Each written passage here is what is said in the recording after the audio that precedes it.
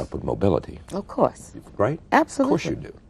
But I'm not going to give up one drop of melanin in order to get there. I'm not going to erase my race or my gender to get there. I want all of it. I deserve all of it, and we all do. I don't want to be blanded, bleached out in order to participate in this country and walk any hall of power or corridor that I want to. If I'm not good enough, if I'm not smart enough, then that's it. I'll take that hit. Judge me by my deeds. That's right. Arthur Ashe was here, the late Arthur Ashe, yes. and he said to me, as he said at one other place, he said, in a much-quoted comment, he said, living with AIDS is easier than living with racism. It's a harder struggle against racism, for me, than it is against AIDS. What it meant to me is that there's no way for the rest of us to understand that daily encounter. Which brings me to my question to you. Do you still have that encounter? Do you, Toni Morrison, Pulitzer Prize winner, successful, honored in the halls of academe, etc., still have that encounter? Yes, I do, Charlie, but let me tell you, that's the wrong question. Okay, what's the right question? How do you feel? Not you, Charlie Rose, Right. but don't you understand that the people who do this thing, who practice racism, Right. are bereft? There is something distorted about the psyche. It's a huge waste, and it's a corruption and a distortion. It's a profound neurosis that nobody examines for what it is. It feels crazy. It is crazy. And it has just as much of a deleterious effect on white people,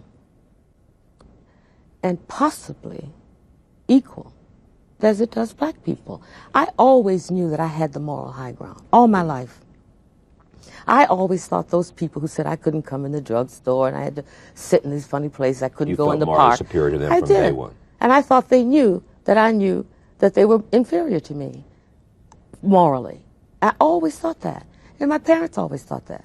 You said your father was racist because he always felt like he was superior. That's right. He always felt superior. And that was a form, you know, of defensive racism.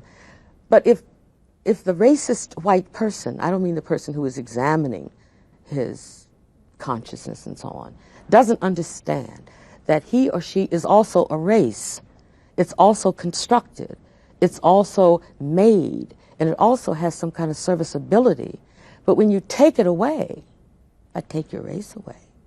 And there you are, all strung out, and all you got is your little self. And what is that? What are you without racism? Are you any good? Are you still strong? You still smart? You still like yourself? I mean, these are the questions. Part of it is, yes, the victim, how terrible it has been for black people. But you don't like that. I'm not a victim.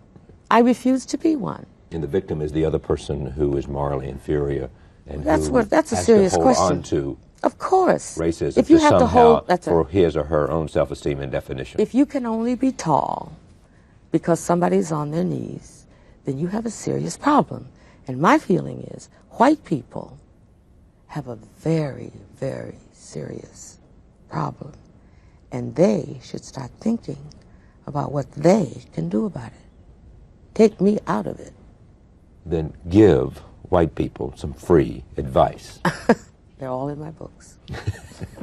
And the advice is to come to grips Of course. with your own fears. Absolutely. Your own Look at fears. it. Absolutely. Your own fears, your own history, and what you need. What do you need this for?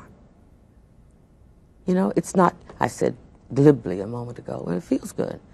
It must feel good, otherwise they'd give it up. It's wasteful. Right. It costs a lot. It's ugly. It hurts. What are you paying for that for? Driven by fear. That's right. Yeah. Give me your